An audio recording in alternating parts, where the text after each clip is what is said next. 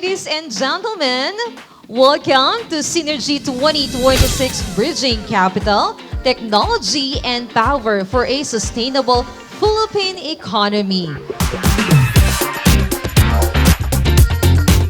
We are pleased to have you here today at Jet Hotel Lipa City as we gather leaders from government, industry, finance, technology, and academe to position Metro Batangas as strategic growth corridor.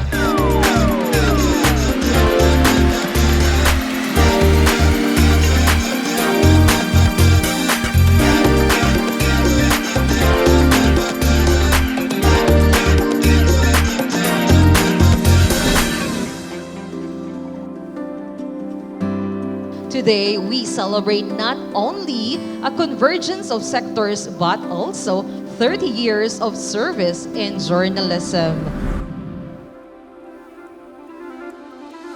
Ang purpose lang talaga ng pagsisimula ng Balikas is to have a paper na mag-espouse ng environmental concerns para matiyak na anumang proyekto for our country ay merong titiyak sa usapin ng kalikasan.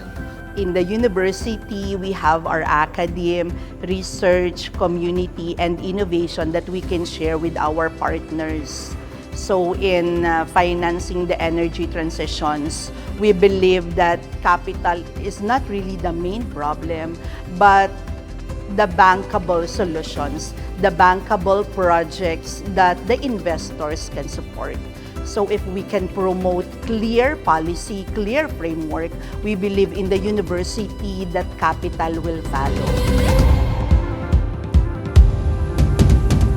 Under our mantra, One DUST for you, solution and opportunities for all, we invite capital providers, energy developers, and technology innovators to work with us.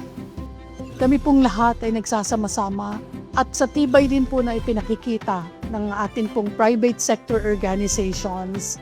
Ipinaabot po nila din sa amin ang kanila pong mga nararanasan at ang importante po ay nagbibigay din sila ng mga recommendations or solutions nila.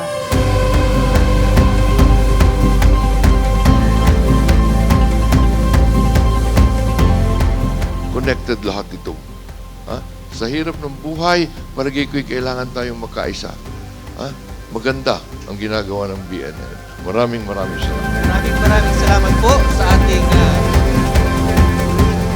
totoo po ang dahilan kung bakit tayo naririto upang tayo ay magpumilit maghanap ng solusyon sa ating kinakaharap na mga problema.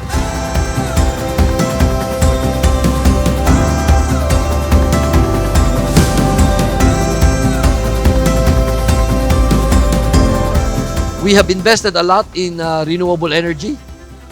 Meralco has the biggest solar power plant in the world, 3.5 gigawatts. Nasa Nueva Ecija po yun. And the next one that we want to build is here in Batangas also. Walang maiiwan sa kadiliman na Batanggenyo.